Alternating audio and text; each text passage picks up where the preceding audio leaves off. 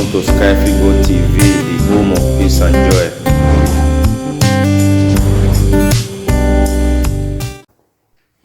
Area, wetin dey play, wetin dey sup there, wetin dey knack koko.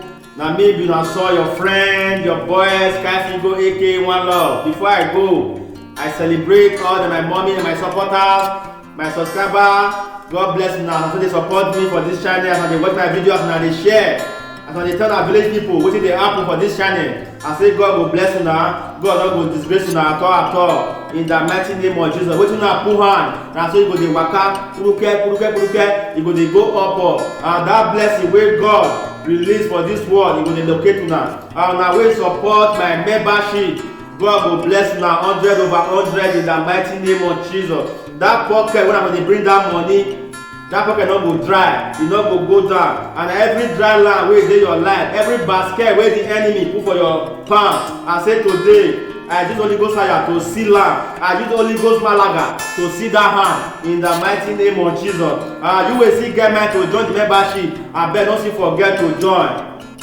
Now for use am to help one another. Now for support, now for love. So not discourage. Why you go join this membership? God will increase you. You get purpose. Why you go join this membership or why you go support me? And those who dey super chat me, I celebrate una well today. I say I happy well when I say I get una for family, as friends, as everywhere. God no go disgrace una, God no go shame una. Every shame wey the enemy dey plan against una for this year, Baba God go remove am from our life in the mighty name of Jesus. So I don come again today, may I come drop this little message due to small experience wey I get or due to the wisdom of Solomon wey dey upon me. No be say I qualify to interfere for this message, but na wetin we dey see for the world, wetin we dey see for internet, na we take dey preach, na we take dey talk. Now I say I come contribute this my own. This message na today na about marriage, about domestic violence, about about cho wey dey dey for the world, wey our people dey go internet go dey collect advice. Now I say I come contribute. Wey our men dey beat our wife, dey beat our sister, dey beat our mother because of violence. Now I say I come contribute my own a little experience due to the children association when I dey. Now I say I come land, abeg una sit down, una lis ten to this message. And first of all, message to the women out there. You wey dey go internet go dey collect advice, wan go apply for your marriage. First of all, if your marriage good, abeg no collect any advice for social media. I just God beg you, if your marriage dey sweet, no collect any advice for social media, because most of them wey dey preach for social media say e do this one, e do this one. No be wetin dem dey talk for social media, no be dem dey do for house. You need to know that one. Mostly women, because women almost women wan raise their marriage, wan raise their husband, because they no wan tell you wetin dey happen for their marriage, but they wan condemn you. But you wey no come get sense, you go carry that message go apply for your household. Before you know, your husband don run leave you, or he don waka leave you. Before you know, you don know to single mother. So abeg beware, because I lis ten to one message for social media wey presenter say man wey get woman for house, wey get property, that man need to put that woman name for the document or for the paper wey the man take buy motor, or wey take get house, or wey take get company. Because say na there are two of them marry each other, na two of them guys dey build the house and no know.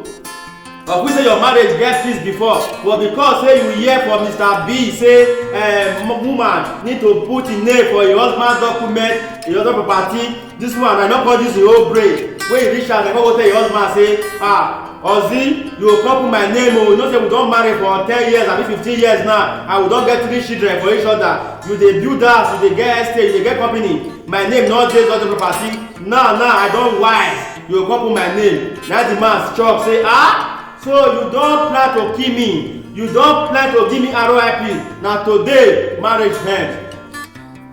So the man need to call bongo, dey reply, dey deliver the message for them say this woman you just wake up one day say make you come put im name for property wey dey build since then. If not, na gbege go happen for this house. Before you know, the marriage come scatter. The man come run leave that woman. That woman come to single mother for 3 children.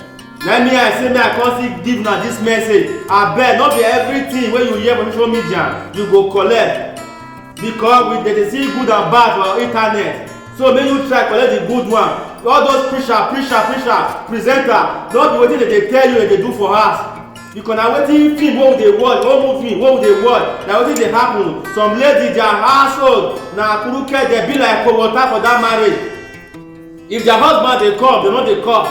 If their husband dey come for work, they go run enter bed or dey watch telly. But if they come your house now, they come tell you say, na my husband, na him dey wash my pants, he dey lie down, dey serve me food sef, na him dey wash my this one. Whereas they want for your marriage. So na me I come deliver this message for you now, say make you wise, use your IQ for your marriage, use your Iroro for your marriage, no go fall victim. Because if your marriage spoil, you no go see another one wey go be like that one. Because if woman no marry two man, you no dey know the one wey good. Na so e still be like man no fit marry two women, you no know the one wey good. So that mean I say I come deliver this message say if your marriage dey sweet, abeg jejeje, hold to that peace, hold to that wisdom wey you dey use for that marriage, make e no go break. If not, if e break, na your fellow women go still call you say you be single mother. Be wise, use your area as I talk. That one for the women. Abeg, respect your wife or respect your husband. Women, if your marriage is sweet, abeg, forget all those church wey you dey hear for social media. Apply your wisdom for your marriage as you say dey good before. And pray for God, even though your marriage no very good before.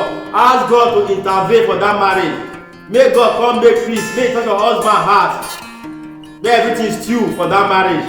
And this one dey go to the men wey dey beat woman, wey dey use violence for their wife. I wan tell you, your wife or your woman no be tools box. Your wife no be iron. If you wan fight, go station, go train, go join wrestler, go dey burst yourself there. Woman be like flower. You dey see this flower, you see as dey spread, as dey stew. You no suppose destroy them. Na so women be to man. Women na helper to man. Abeg, my brothers wey dey there, wey go fit see this video. Abeg, your wife na pet, your wife be like head. Even though your wife offend you, call her sit down, you fit vex, no marry wey no dey quarrel. If that fire dey hot, abeg carry your bag jejeje go outside. If fire don cool down, you go come house. For you to come dey beat your wife, before you know you come give her RIP. After you come na devil work, no be devil, na we be the devil, na our heart be the devil. Now say I come drop this message. Abeg, if your house dey burn for fire, so if you carry your bag dey go outside, go sit down for some hours before you come, your wife brain don come down. Because women be like parrot. Because that thing dey vex dem, dem wan release am. But if you be man wey no fit dey enjoy, before you know, you don carry iron, you don carry something take hit the man. Na so e still be like woman.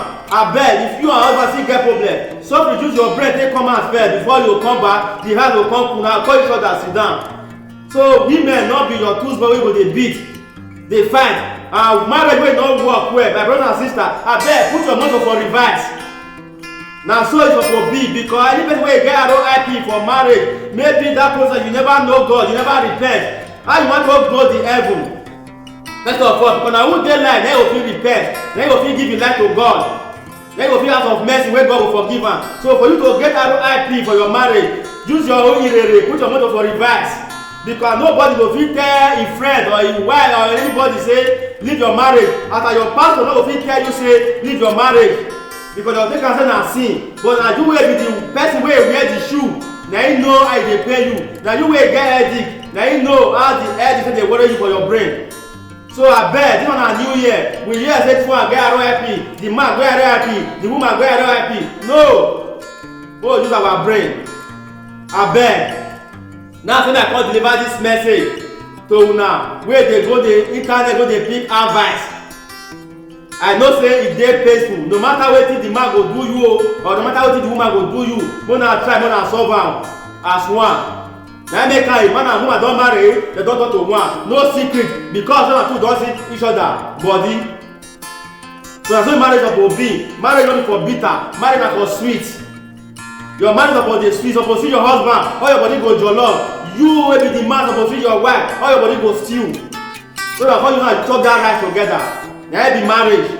Abeg, no be say I qualify to interfere, but na wetin we dey see for internet, na say I come contribute based on the little association children wey I dey. Na say I come drop my own message today. Abeg, my brother and sister, make we wise, make we use our IQ. Don't let person deceive you. because as I talk before, most of those preachers not be wetin dem dey preach dem dey do for house. Women or wifey, respect your husband. Ozi, abeg love your wife. No quarrel, this one na new year. Mo we wife everybody use hearing. So now I come drop this message, my brother and sister. I love you all as Christ love us. Abeg me to share this video. E go fit help person tomorrow. Abeg man no dey go kind of dey pick jeje advice.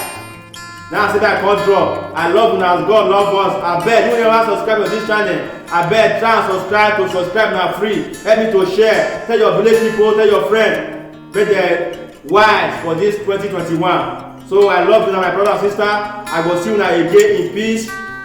Bye bye.